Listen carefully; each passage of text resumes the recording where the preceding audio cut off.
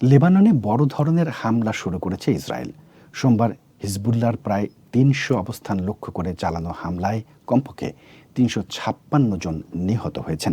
আহত হয়েছেন আরও সহস্রাধিক মানুষ। লেবাননের স্বাস্থ্য মন্ত্রণালয় হতাহতের এ তথ্য দিয়েছে। লেবাননের স্বাস্থ্য মন্ত্রণালয় জানিয়েছে, দক্ষিণ লেবাননের বেকা ও বালবেক অঞ্চলের গ্রাম ও শহরগুলোতে হামলা চালিয়েছে ইসরায়েল। এখন পর্যন্ত ৩৫৬ জন নিহত হয়েছেন।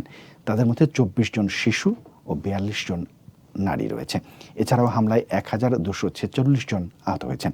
কয়েকদিন ধরে লেবাননের হিজবুল্লাহ গোষ্ঠী ও ইসরায়েলি বাহিনীর মধ্যে পাল্টাপাল্টি হামলা চলছিল। এরই মধ্যে সোমবার ভোর থেকে আকাশপথে ব্যাপক হামলা শুরু করে ইসরায়েলি বাহিনী।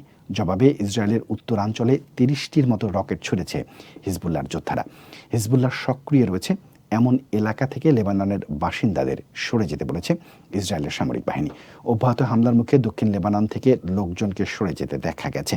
ইসরায়েলের এই হামলার জবাব দেওয়ার কথা জানিয়েছে হিজবুল্লাহ। ইসরায়েলের বিভিন্ন সামরিক চৌকিতে রকেট হামলার কথা জানিয়েছে লেবাননের সশস্ত্র গোষ্ঠীটি।